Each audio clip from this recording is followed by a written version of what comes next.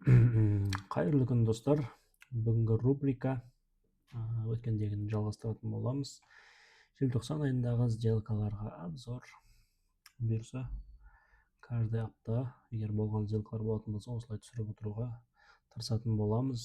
Қай жерде қателестік, қай жерлерде плюс болды, неге қателестік, қай жерде проблема болды, неге шығып кетті деген ситуацияларды айтып өтетін боламыз. Бірінші PUBG компаниясынан бастасақ, біздер недельный таймфрейммен жұмыс жасаймыз. Уровенімізде осы жерден алынған болатын уровеніміз. Және мына жерде бізде уровен бар. Бұл уровен мына жерде бізде зеркальный көрсетіліп тұр.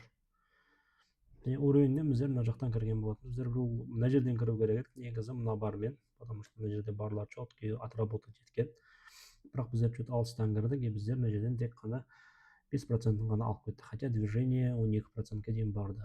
Стопымыз бізде 3% болған болатын. Бұл бірінші сделкамыз, бұл бізде плюсовой сделка. Екінші сделкамыз бізде PGNiY деген. Тоже недельный таймфрейммен қарайтын болсаңыз, уровень осы точкадан алынған болатын.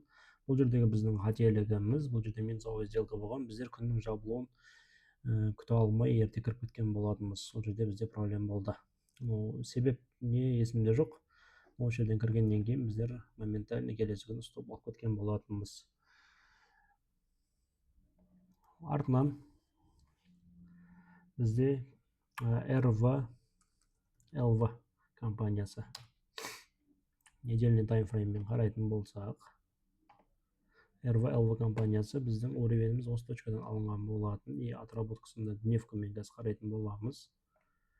И дневкамен қарайтын болсаңыздар, уровень осы жерде пайда болған. Мына жерде бізде бар создавший уровень, подтверждающий уровень, но бізде ложный пробойлар. И одан кейін барып қана кетті. Мына жерде кірген жоқпыз. Біздер тек мына точкадан бастап кіре бастаған едік. Яғни мына екеуі бізде чуть-чуть хвостиктары болғаннан кейін, жақындатып қарайтын болсаңыздар, хвостиктары маневрный кіргеннен кейін біз мынадан күткенбіз. И откат болып барып осы точкадан кірдік. Стопымыз бізде 5%. Даже өзі 28 күнде 26%-ке барып кетті. Біздер бұл жерден 6% алып кеткен екенбіз бірге бір қылып. Одан кейін компания бізде LNTH компаниясы. Недельный таймфреймді ашатын болсақ, уровень, мына уровеннен бізде қараған болатынбыз.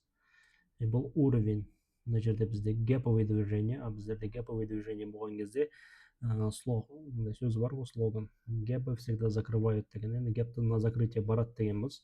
Но бізде ложный пробой болады, и бұл үлкен движениеден пайда болған, яғни тоже гэповый движениеден пайда болған. Задер деп айтсаңыздар да болады. Мына жерде бізде BPU2 шықты, біздер осы жермен кірдік, осы жерге дейін барды, бірақ артқа қайтып атқан кезде біздер чуть-чуть қорқынғылап қалдық та, біздер мына жерде без убытокқа қойғанбыз, бірақ бізде минус 1%-мен шығарып жіберді. Хотя стопымызды осы пробойный уровеньнің астына қойған кезде 4,5%-ке тейкімізді алып кетер едік, 2-1, даже 3-1-де алып кетуге болады. Бұл әлі жалғасып жатыр, қазір мынаны уровеньмен жабады деген үміттемін. Жалпы осылай, рубрикамыз қызық болса, әрі де жалғастыру керек болып жатса, ұнап жатса, акцияларыңыз болса сұрайтын, жазып отырсаңыздар болады, бірге талдап өтетін боламыз.